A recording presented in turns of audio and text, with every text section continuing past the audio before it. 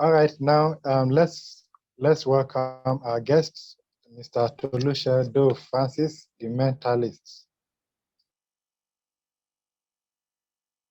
Good afternoon, everyone. It's a great privilege to be here. So I've prepared some short slides that I'll just want to be shared on my behalf from that side.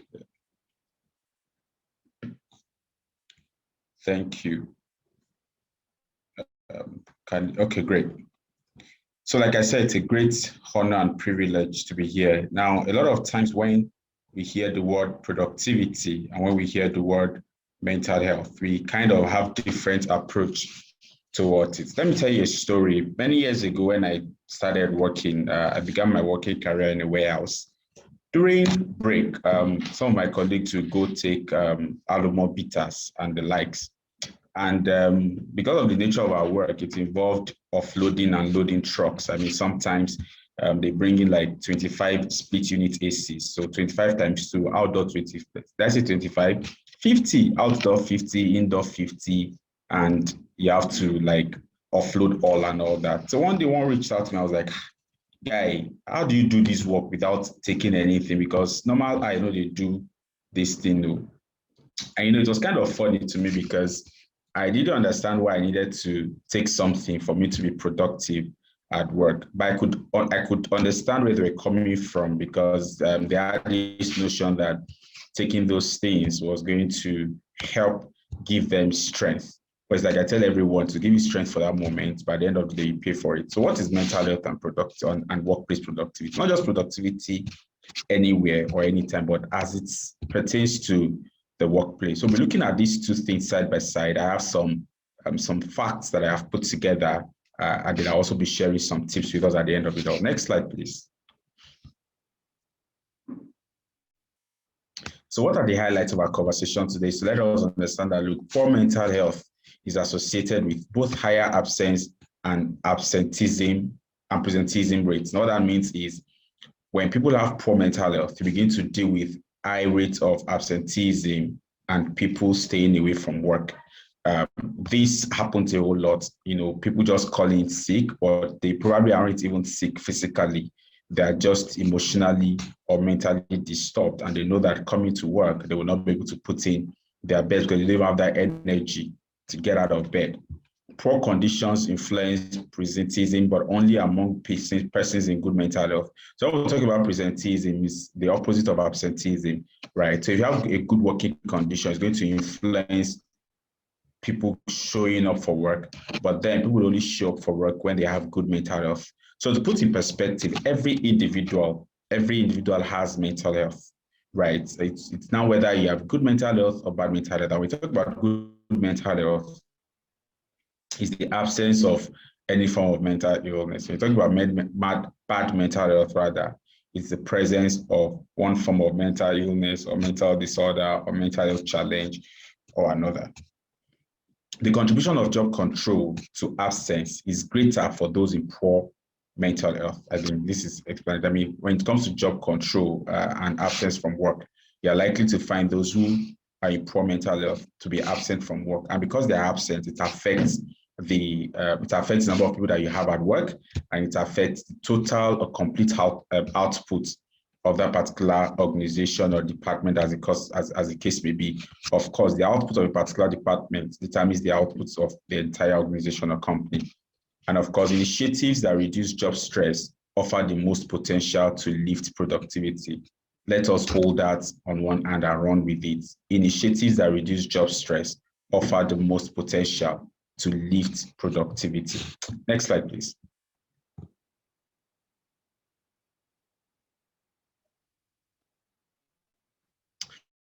Right, so what's the dilemma that we have found ourselves? One of the main concerns of business owners is to ensure that their business is working at peak capacity.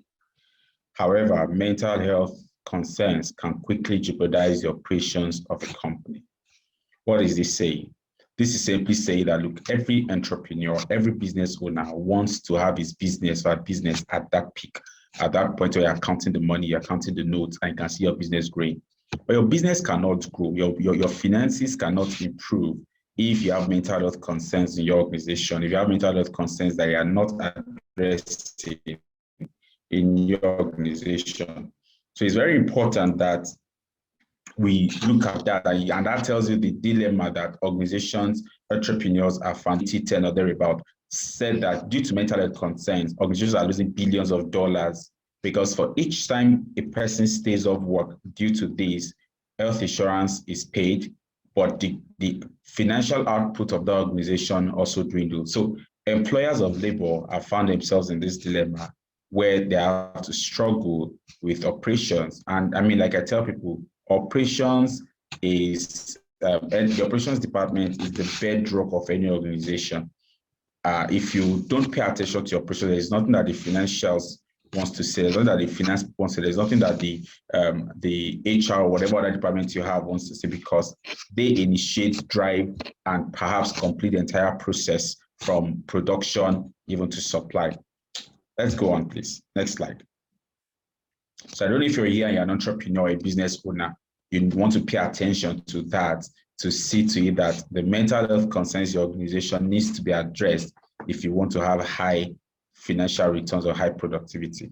Here is a quote by C.S. Lewis. C.S. Lewis is one of my favorite authors. He wrote a book called Grief. I've forgotten the full title now, Grief Explained or something.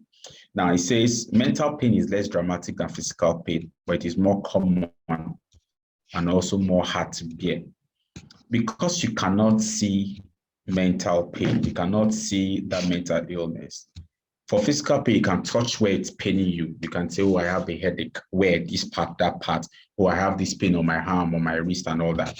When it comes to mental pain, you can't touch it. You can't see it. It's only the person who is going through that battle, through that challenge, who's able to say, you know what, I'm unhappy. I feel sad. I've been unhappy for weeks. I've been sad for weeks. So it's less dramatic, right? But then it is also more common. So let's not hype ourselves that mental illnesses are not common or mental health conditions are not common. Every single day in my work as a therapist, I get requests from people who are battling one form of emotional challenge or the other. Next slide, please.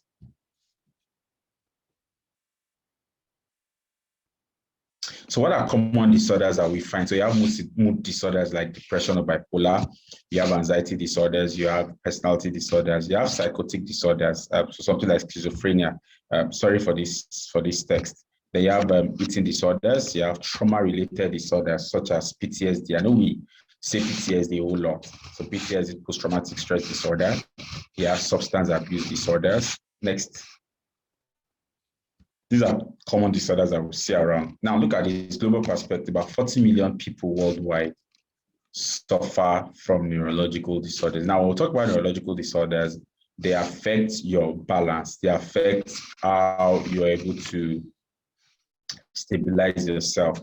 And so, like I said, there's an aspect in psychiatry. Psychiatry is the medical specialty that focuses on mental health. Psychology is also another aspect. So because of neurological disorders is why you have a subspecialty that is called neuropsychiatry or neuropsychology. So rather than just focus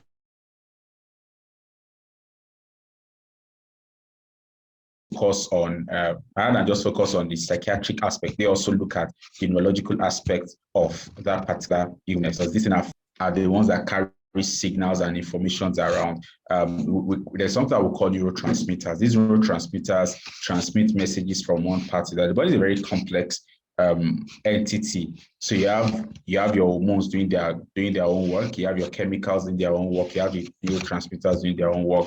In one way or the other, there is always one form of message passed within your body. So the brain passes one message to one part. So take stroke, for example. When there is a fall and the person experiences stroke, that place of impact passes a message to the brain, and the brain shuts down that part of the body. So you begin to see that you cannot joke with your body and cannot joke with your mind, because constantly messages are passed, signals are passed from one end of your body to the other. Next slide.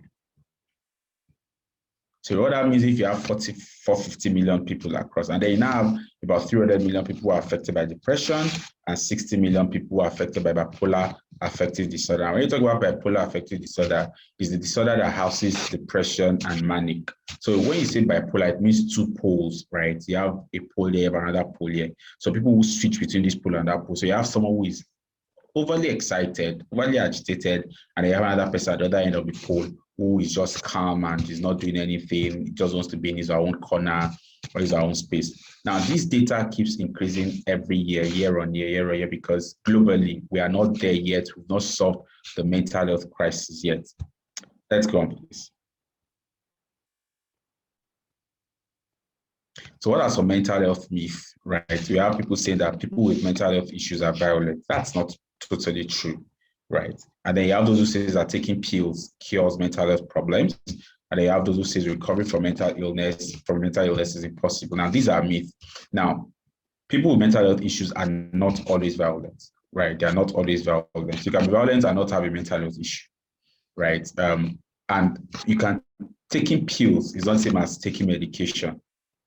Taking pills is not the same as taking medication. If you get medication for the illnesses that require medication, a psychiatrist prescribes this to you and you take them, right, to help you go on with life. So it's not the same as when you take pills. And the real issue is it helps you manage the illness, right? It doesn't necessarily mean that it's going to cure, but it manages that you're able to go about your normal function day to day.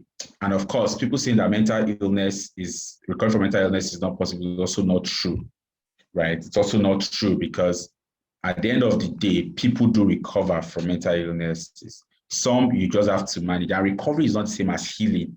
Let's understand that. You can recover. It doesn't mean that you have healed. So recovery means that you can go about your daily activities and still be able to live your normal life.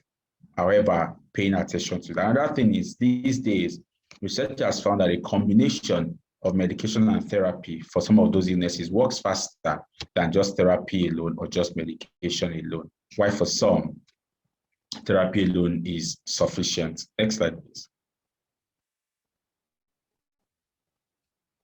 So what's the impact of all this on productivity? Of course, like I said at the beginning, you have higher rates of employee absenteeism. So you have employees who are not showing up at work. You have employees who want to stay away from work, not because they decided to, but because they can't feel themselves like people used to say, I can't feel myself, all right? So it's another consequence of mental health issues being prevalent in cutthroat work environment, especially for those who work in type of organizations I call hard labor, factories, construction, transportation, and all that. You find out a whole lot of times that people tend to abstain from work because they are dealing with one form of mental health challenge or the other. Maybe they are mentally stressed, maybe they are financially stressed. And look, the truth is we cannot remove finances from a possible cause of having a mental breakdown. Because when you think, how do I even eat tomorrow? It's enough for you to say, look, I am done. I'm not even living this life anymore, right? And so a lot of times I go on Twitter and I hear people say, look, I am suicidal, and then you reach out and it's finances. You can't blame them, right? It's not like nobody wants anybody to die. Nobody really wants to die, to be very honest. So anytime you say suicidal tweet, it's not that that person wants to die. The person is just at that point where he or her cannot even conclude or make a decision or even say, look, I'm enjoying life anymore. Workers who express mental health problems, to say an absent worker becomes a headache for you, for not only rather, but also everyone else who needs to pick up the work that they are leaving behind. So this is one impact on productivity. The moment there is a high rate of employee absenteeism, you begin to struggle with trying to get other people in that workspace, in that department, to actually do the work, and they find, so the overarching effect now becomes that others also now start getting stressed. So imagine if I have tons of work to do already, and because a colleague is away from work, you add that to my job. Already I've increased my own stuff to do. If care is not taken, I would find myself in the shoes of that person very soon. But you can do something about that. Next slide. Another thing is that mental health issues slowly affect an individual's physical well-being. So one big problem is that mental health concerns can affect the physical health of individuals. The physical health can begin to deteriorate. So for example, a person with a mental health issue may stop eating. And as you stop eating, your body tissues start giving up. You become weak. You're unable to do anything. And this is typically caused by the stress they're experiencing alongside unhealthy habits that they pick up. Some start drinking instead of eating, right? So I'm an advocate of when people walk into the hospital, for example, and say, look, I have a headache. While you are taking their vital signs, ask them questions as well. How are you doing? Is there anything that is bothering? Because sometimes the person who has walked in for a physical health issue is probably struggling with a mental health issue. And the person that's coming for mental health issue is like might also have a physical health issue. So the moment your employees begin to struggle with mental health issues, it begins to affect their physical well-being, and in turn begins to affect their productivity at work. Because a person who is not eating, a person whose mind is scattered, how do you expect that person to be accurate at what they do?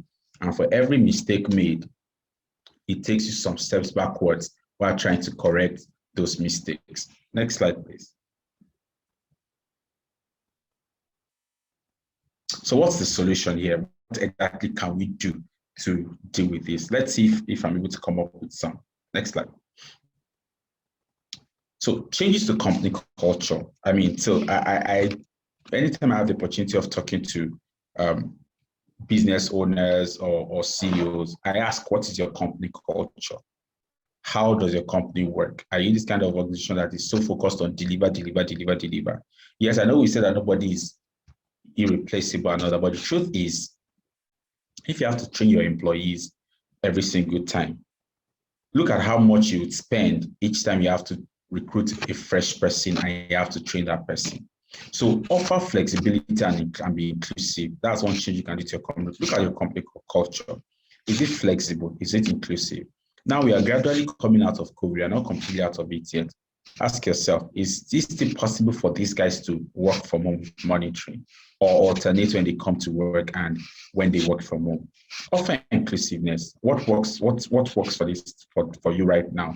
What can we do? Now, I can tell that it's not every time that you're able to meet some of these conditions, but the truth of the matter is, give it a try. Have a roundtable conversation, right? If you're an employee and you're struggling with some of these, have a roundtable conversation with your supervisor and say, look, certain things within this organization is hindering my productivity, it's giving me strong headache, it's making it difficult for me to do things, right? That way, you're calling the attention of the employers to whatever it is that you're struggling with. Another thing is get more employees to handle the workload. I mean, like I said earlier on, if I'm having to carry on the workload of someone who is away, it definitely is going to affect my own workload. It's going to increase it. And you can't come and say that my productivity has decreased when you're giving me an additional work. So get more employees to handle the workload, split them. I realize that a lot of times we want to maximize those that we have at our disposal in organizations. But the truth of the matter is, ask yourself, if I add to the workload that this person has, will this person be able to deliver optimally, right? Sometimes just getting one more person to join that department, even if it's a contract staff, pending when this other person is away, would do a whole lot of good to the organization's productivity and in turn, the financials. Every business wants to turn in good financial reports, right? But you don't do that at the detriment of your members of staff. You don't do that at the detriment of your employees. One other thing that you can do is create a body system. So what's a body system? Body system is a group of people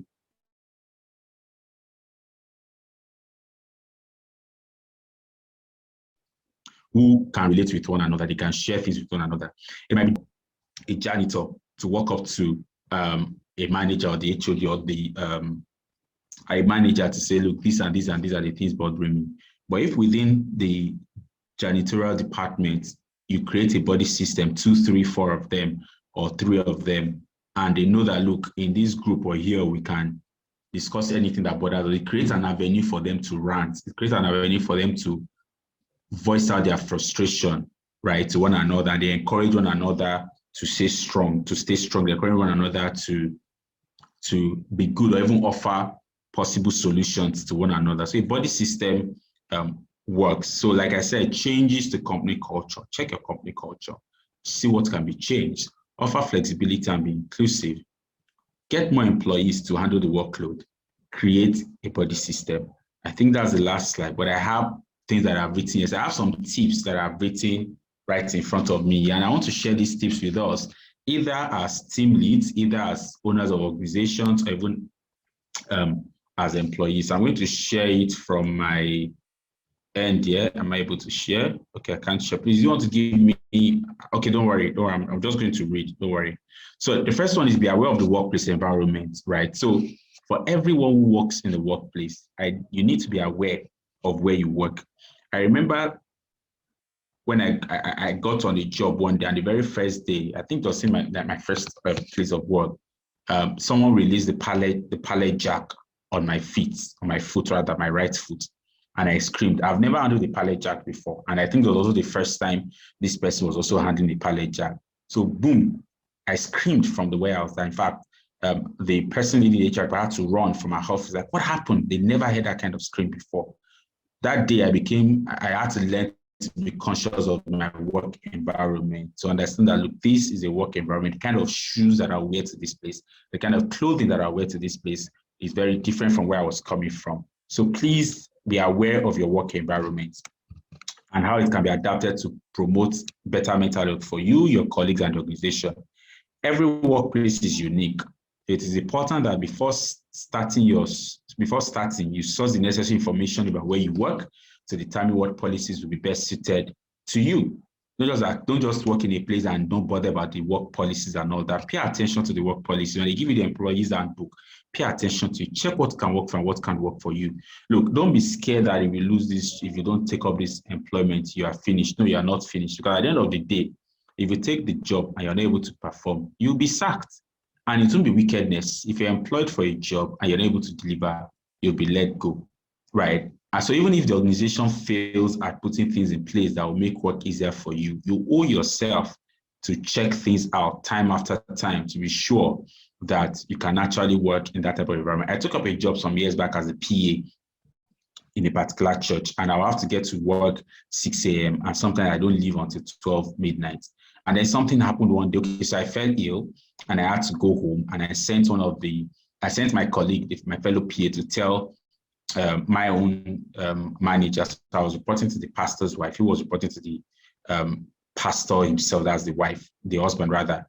And he didn't, right? So by the time I got to work the next day, I was told not to enter the office. So I was locked out of the office. And I looked at it, I was like, this is not conducive for me. I cannot continue like this. And I told them I'm not working here anymore.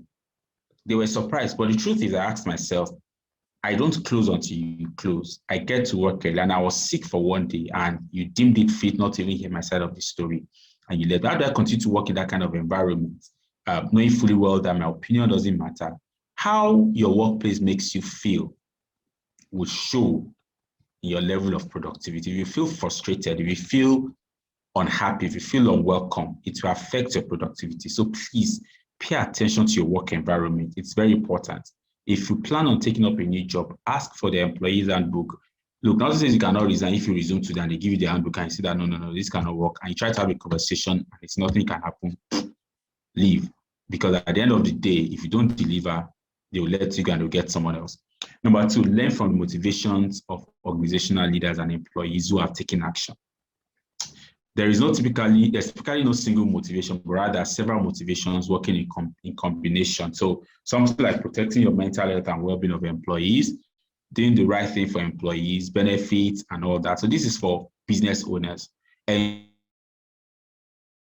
ensure that when you're recruiting people, you are putting things together that would help them. For example, employees' benefits like pensions, like HMOs, and all that. Put all this together. You don't want your member of staff to fall ill and is already thinking, how will I pay the bills? And you still want that person to come to work tomorrow and still focus fully at work. It's not possible. This person is not a spirit.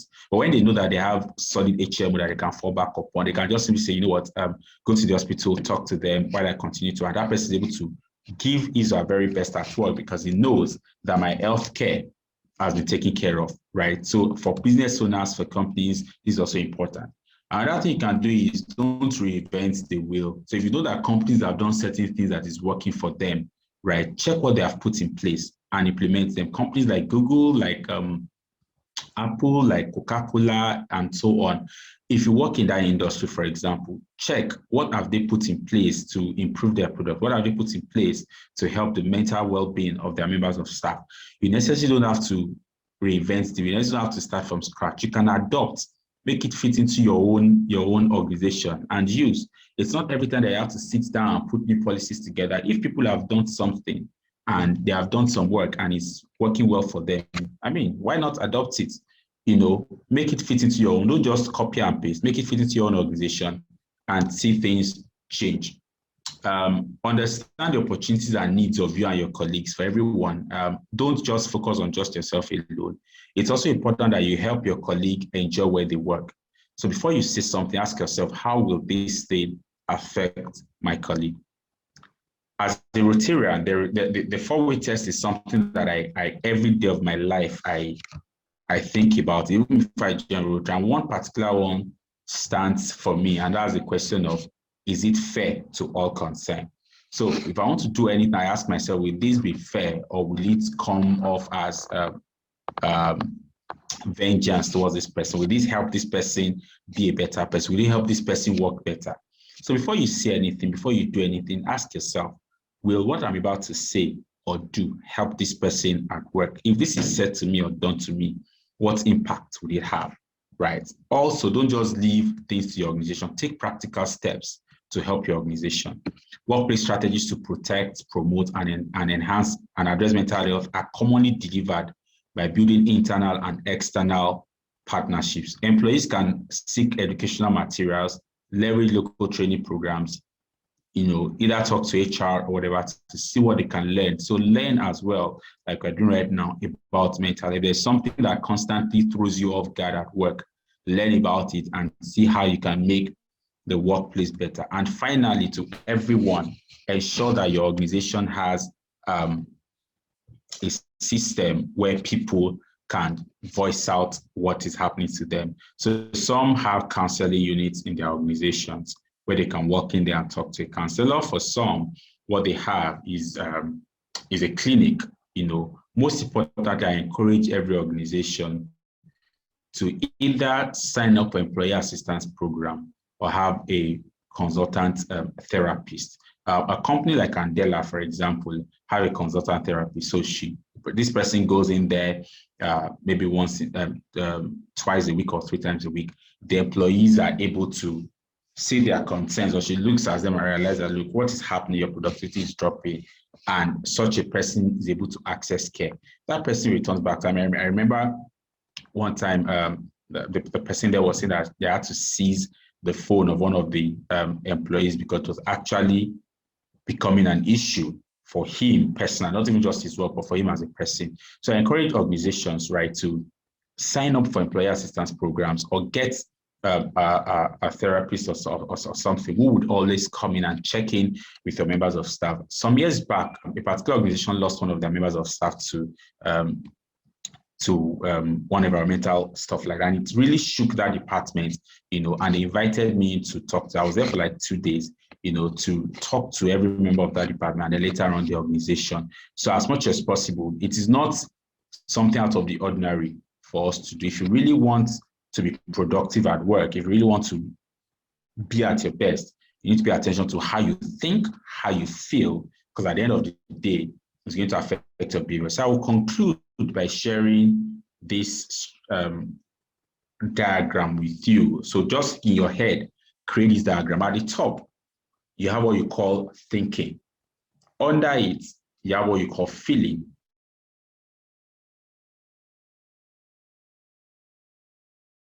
And below it, you have what you call behavior. So I call a matrix. Each and every day of our lives, we think. Right now, as I am speaking to you, I am thinking. Some thinking processes are so quick that you will not even know that you have thought about it. And for every thinking, there comes a feeling. Is that your thinking gives you a good feeling, or your thinking gives you a bad feeling? Now, at the end of the day, you act out based on how you feel. Now, what people see is the behavior. You only feel your feeling. You only think the thoughts.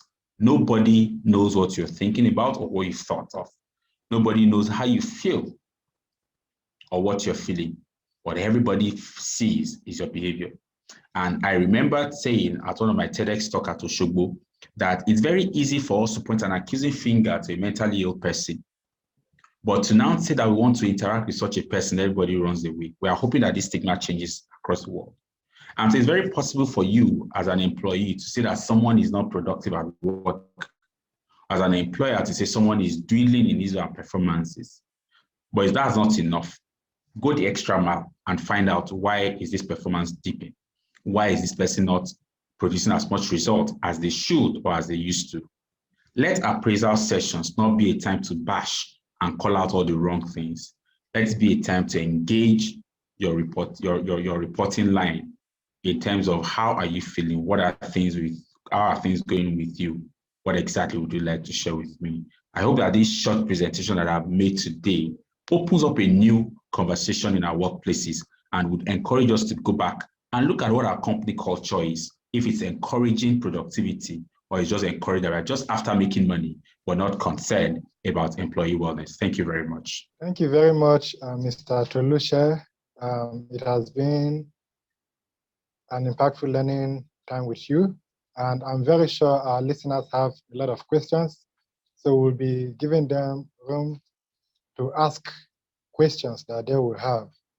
And for everyone present, if you have a question, you can quickly drop a question in the Q&A session. So you can just type your question and drop it in the question and answer session. And we'll look at the question together with our guests. Meanwhile, while we prepare our question, I have a few questions myself. So I was thinking, people usually don't test for mental health in Africa. Generally, I might be wrong, but this is what I thought. People don't test for their mental health condition in Africa. It has not been a standing tradition. How can one know that they need help? At what point do one know that they need help, especially as a worker and you are facing certain kind of depression that no one else knows, but you know within you that it's affecting your productivity? So at what point can I say that, okay, I need help? Or how can one test? How can one test exactly? Fantastic question, Joshua. So I tell people that anything that takes away your peace, anything that takes away your sleep, anything that becomes a bothering thought is worthy of you paying attention to it. So if you realize that you are constantly having some thoughts that are not helpful to you, please seek help immediately. Don't wait until you become incapacitated. Don't wait until things have gone south. Don't wait until everybody starts running here and there. What happens to us is our culture, in Africa, where until you are not able to move again, it's just like even normal illness. You have a headache today, you rush to that pharmacy and buy paracetamol. And then you keep using paracetamol as if it's salt that you are putting inside food. Until the day you realize that you cannot carry your body again, that's when you realize that I need to go to the hospital. Who says you cannot go to the hospital just because you have a headache? So I think what I encourage people is, look, the moment you realize that certain thoughts are beginning to ring in your head, talk to a professional. The moment you realize that you're beginning to lose energy, you're beginning to lose steam or interest in things, talk to a professional. Don't wait until it becomes a case of, is that now or I die, right? Unfortunately, that's what happens most times. Until people have got to that critical point where they are not able to do anything anymore before they seek help. And that thing that plays us is faith. I'm not against faith.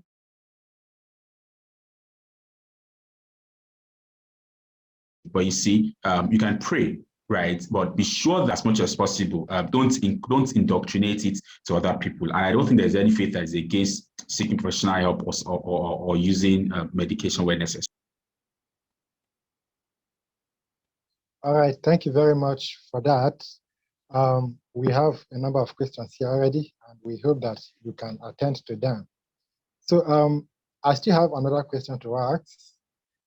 In Nigeria, for instance, the workplace environment is increasingly difficult for employees. let's take an instance with most private schools in Nigeria, where the teachers are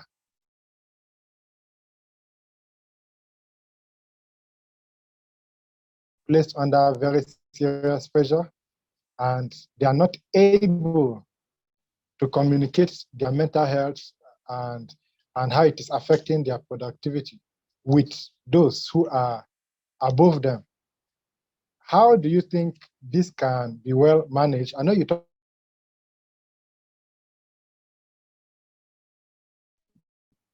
I can't hear you anymore, people are Josh. really not well positioned to communicate with those above them, can form a body system to report to their managers and all. So, so it might be difficult for employees to create this body system themselves. But I think that if the organization has a human resource department, for example, this might be something for them to initiate. You can create it to cut across department rather than picking people from a particular department. You can have someone from HR, someone from operations, someone from finance. So it creates that diversity. And for teachers, I mean, I did a teaching in the course of the pandemic to teachers that look, teachers need a great deal of attention when it comes to their mental health, because a lot of times what happens in the classroom begs for questioning, and some of them go back and like, who even sent me? It's not their fault. It's because there is no job in the country. So even if you're not able to create that body system, or if that body system does not exist in your organization, please seek out groups that are helpful. I do say that we're a social being. Our makeup is such that we want to belong. We want to belong to groups. We want to belong to circles of people and all that. And everybody wants to belong to. So everybody wants to be accepted one way or the other. Seek people who truly understand and who are not going to judge you. Another item that look, build relationships. Right, build relationships with people. Don't live in isolation. Don't live like one man moped. Build relationships. You may not get that help from the workplace. You might get it from outside, but still help you be a better person at work.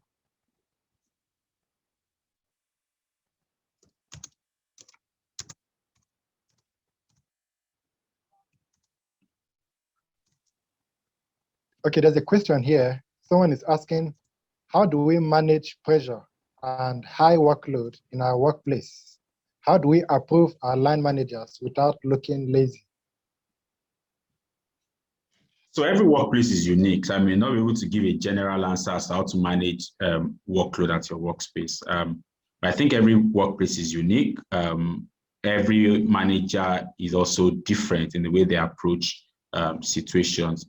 But I mean, I think one thing that I did when I was working in an organization is, look, whenever I feel, so I come in the morning and I try to list the things that I have to do that day when I can. Sometimes in between meetings come up, especially because of my position, I realize that, look, I'm not able to continue this way, either because, so understand when your brain has shut down, right? When your brain is shut down, understand yourself and just respect yourself, as much as possible. Any attempt to do anything when your brain has shut down is that you're going to do it wrong, and you still have to come back to it. You still have to repeat that exercise, right? So stress in the place of work or pressure in the place of work, you need to decide what pressure is.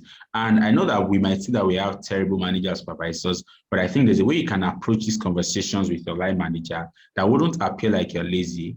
You must have a track record of someone who has always delivered and someone who has been on his or her toes, who has been doing well. When you approach them, they listen to you. But if constantly from day one, they've not been seeing you pull your weight up, it becomes difficult for them to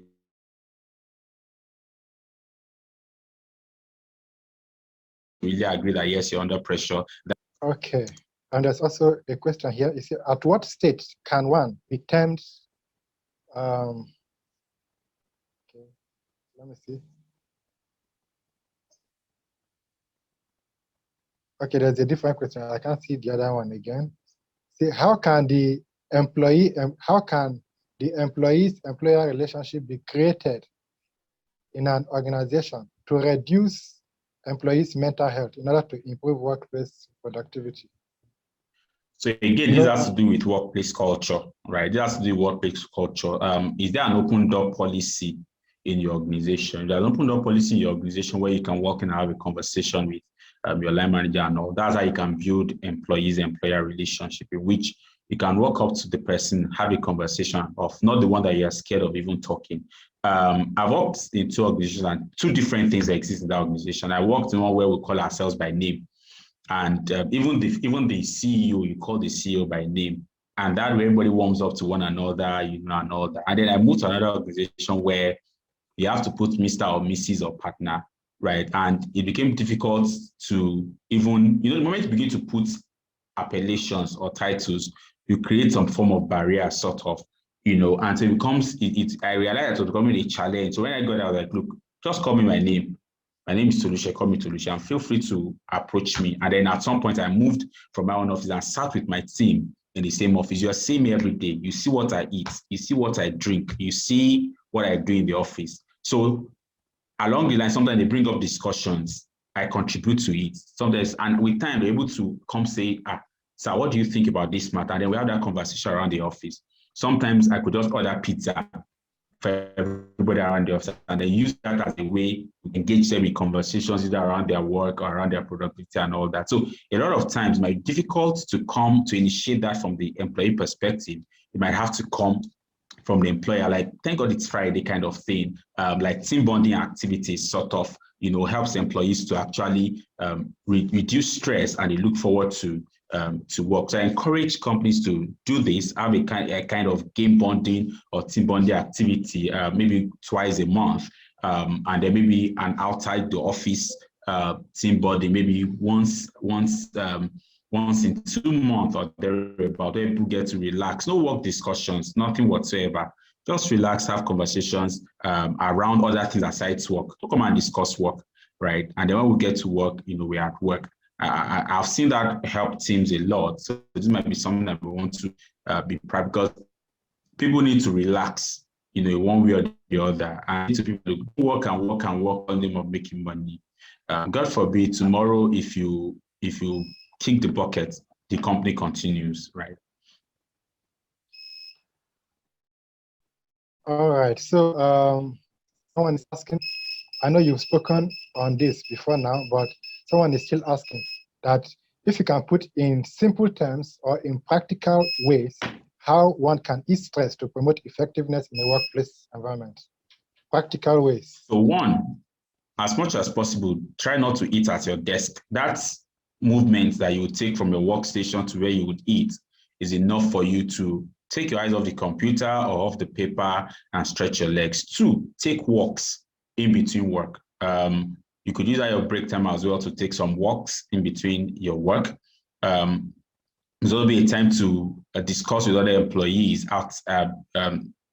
conversations that are not work related, so that your brain switches away from work to a relaxed mode, and then you can now come back to work.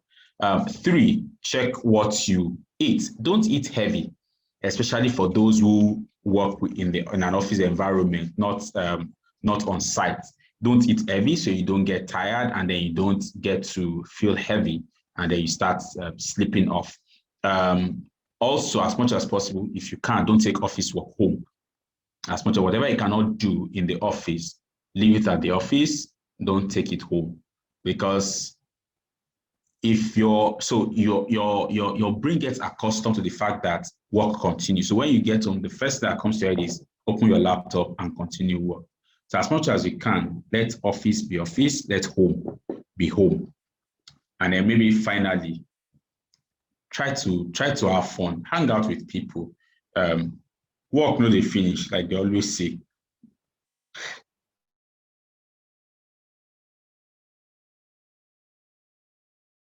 Hang out with people, get yourself refreshed. These are just simple tips if I'm talking with someone one-on-one, right? All right, thank you. You've mentioned some things around how food behavior can affect your mental health. So someone, Victoria, is asking, can eating scanty contribute to mental health issues? Or not just scanty? Eating scanty may not be the word. So I think eating properly helps a whole lot. Eat well because you need to nourish your brain. You need to feed your brain. Your brain needs sugar to work. So, and when I say sugar, I'm not talking about the sugar that you put in your tea per se. The sugar derived from the food that you eat, which you call glucose. Your brain needs that.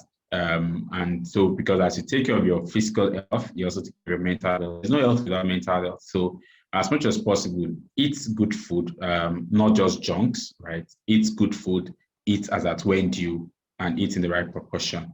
There's a book that I wrote, Eat Fit, a Nutritional Blueprint for Healthy Living, where I talked about eating based on the kind of work that you do and the stage of your life. If you're the kind of person who sits behind a computer all day, eating a bowl of eba and soup or a bowl of pounded yam as lunch, you're just killing yourself, because by the time you get back to your desk, you're struggling with concentration and not sleeping enough. Someone who is on site can eat that kind of food because it's really burning energy. The metabolism is high.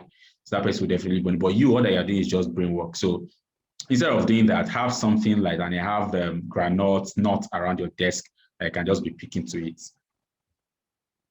Wow. This question, not the finish. Okay. What do you do when your employer already has a wrong impression about you and reacting towards some of it? Well, I had a client recently who had this kind of scenario, and she was working, and our immediate manager in HR kind of, was treating her this way.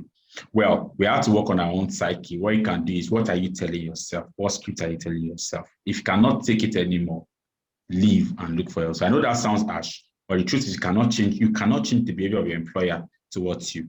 There is really, even if you try to clean his or her shoes every morning just to show that you're a good person, once that impression is formed, for whatever reason, you want to look at why he or she has that impression, the best thing is save yourself the stress and look elsewhere.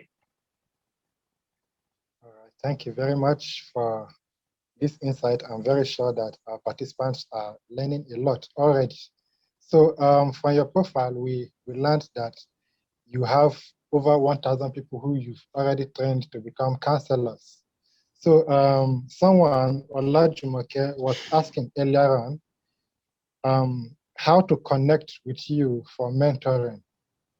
She's studying. You can reach out to me on social media. I'm Toluse Francis on social media. You can also send me an email, Toluse.Francis, TOLUSEDOVE,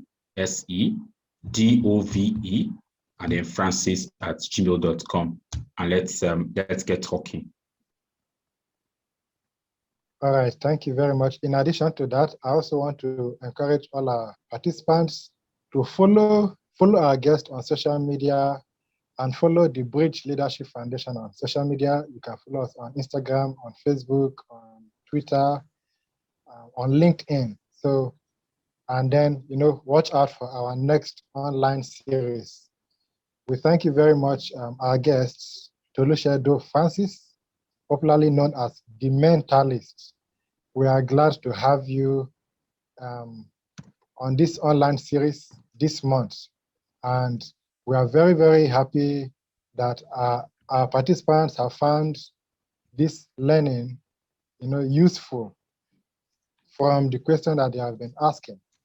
And we also hope that as they keep following you on social media, as many questions as possible, you will attend to them also. Thank you for having me. Bye.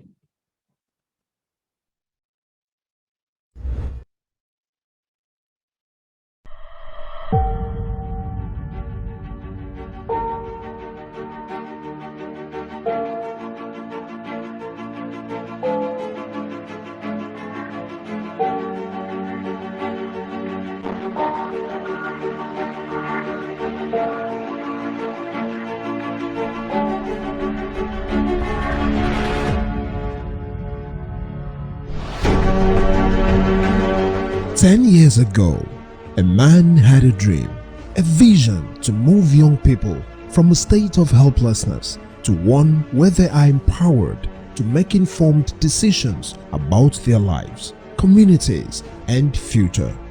He thought hard about how to achieve this and decided to get to work immediately. He built a bridge to help as many young people that were and still willing move from present to the future.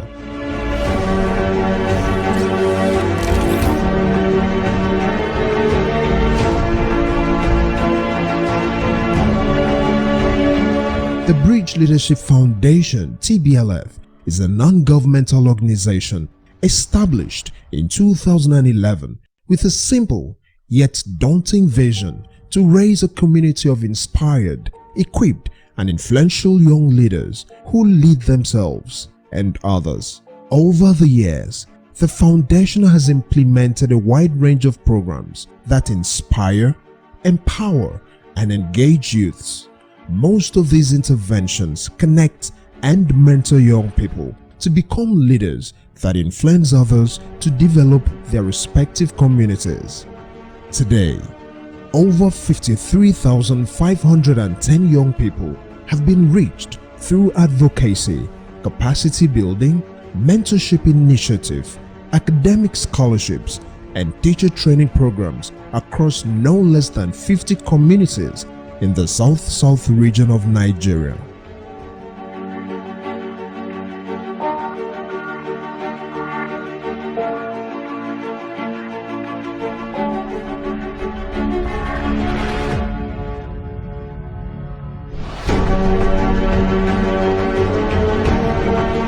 This bridge has supported various individuals achieve their dreams, organizations make possible their impact projects, and has built a legacy for almost 10 years. Through a strong network and collaboration with credible organizations, companies, and well-meaning individuals, TBLF has received support to bridge the gap between limitations and potential for change.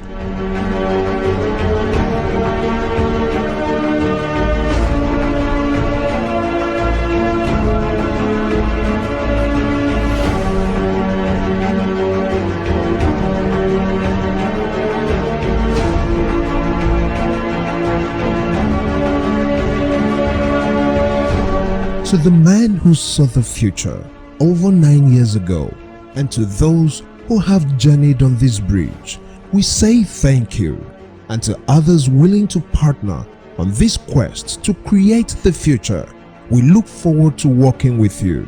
As we approach our 10th anniversary, a new decade dawns upon us as a country and continent.